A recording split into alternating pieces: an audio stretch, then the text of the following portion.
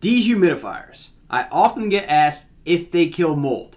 Well, in this video, I'm going to answer that question. And on top of that, I'm going to show you exactly what dehumidifiers do. And if you stay till the end, I'm going to give you a free gift. But before we get started, go ahead, hit that thumbs up button and let me know you like this video. And also hit that subscribe button so you get the first glimpse of new videos when we put them out. I'll just tell you flat out, dehumidifiers do not kill mold.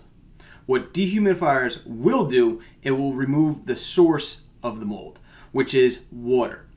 Dehumidifiers will remove moisture from the air.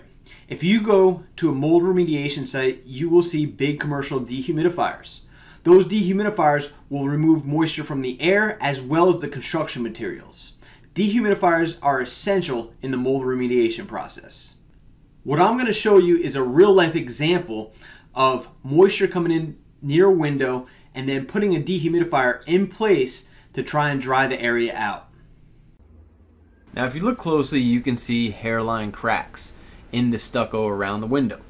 Now, they've since been covered with silicone to prevent further water intrusion. However, those little cracks is where water can be getting in underneath the window. Using a Tramex moisture meter, moisture was measured underneath the window, and as you can see, it's pegging on the red, which indicates, yes, there is water there. Now, does it mean that the entire window is soaked and there's mold behind the wall? It's possible there's mold behind the wall. However, right now, we're just picking up moisture, and we're really just picking it up towards the top left side of the window.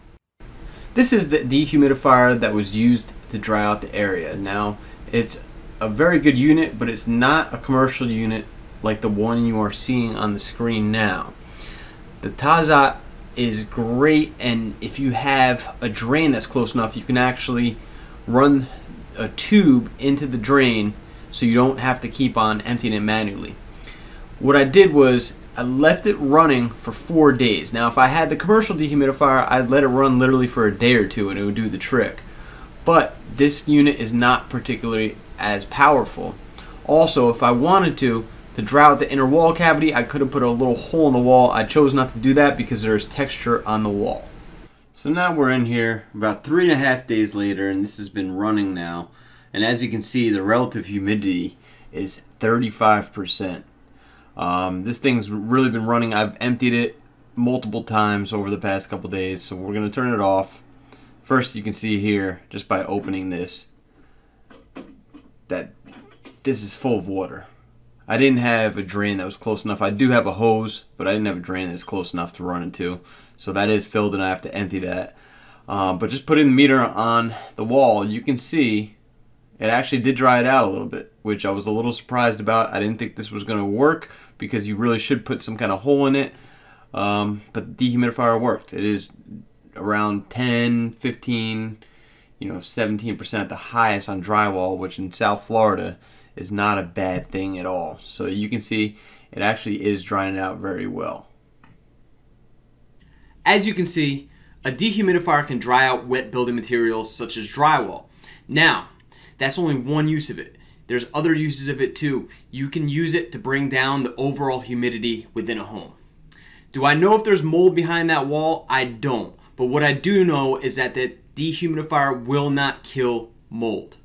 In order to determine if there's mold behind that wall, I would either need to test it or take off a small piece of the drywall to see what's behind it. Now, as I promised you, since we've reached the end of this video, I'm going to give you a free gift. I have a free checklist that I use as a professional mold assessor to determine if there is mold in a home. All you have to do is click the link below in the description box and get this list absolutely for free. Thank you for watching this video, and if you haven't already, go ahead, hit that thumbs up button and go to lookmold.com for more information about mold.